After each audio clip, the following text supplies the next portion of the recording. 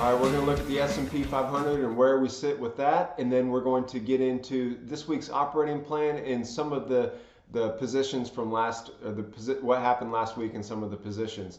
So first things first, S&P 500, the bulls barely eked out a gain of 0.39%. So all in all, the week was fine for the bulls.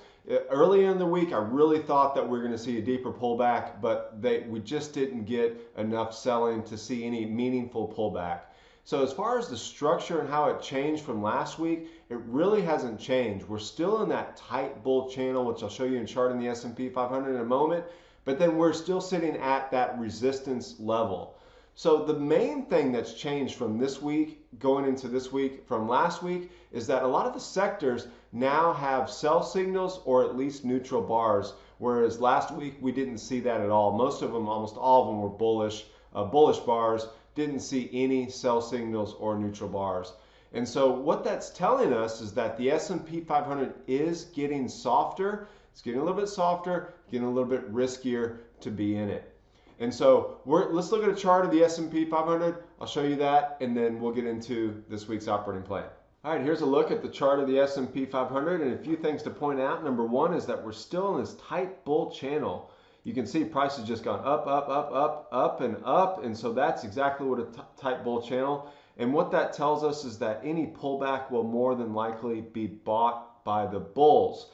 And so we have this upward inertia. It's going to take a lot to get rid of it. And so that's why I say that we will probably see some, if we see a pullback, we'll probably see some additional buying for at least another leg up. Now we're starting the week in resistance, and that's what I meant earlier by the structure of the S&P 500 really hasn't changed. We're still in the tight bull channel, and we're starting the week at resistance. So it's going to be an interesting week as far as the S&P 500. We'll see if we can get some selling, or if in fact the bulls do continue the advance to the upside. As far as the operating plan going into this week, the first thing that we look at, longer term momentum, it did finish positive for the month. And so that's a good thing, that's bullish. Now the bad about the momentum is the way that it works is that it works really, really well in an upward trending market or a downward trending market. That's when it really shines. That's when momentum counts.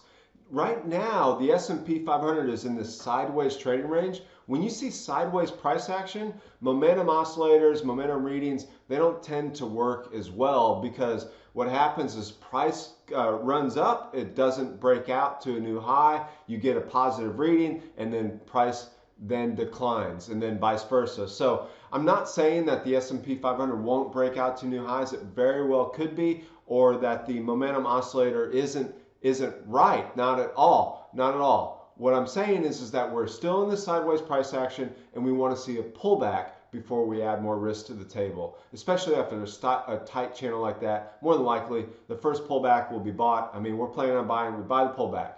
Now, as far as the positions for this week, technology look good. We got a sell signal there. If it does continue, if we get a trigger, we'll certainly take some profits there. And then emerging markets, bad week for emerging markets, down a little bit, but overall structure looks good. US dollar up for the week, looks good there.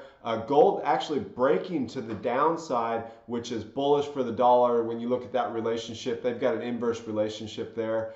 And then as far as preferred stocks look good. They're holding up well.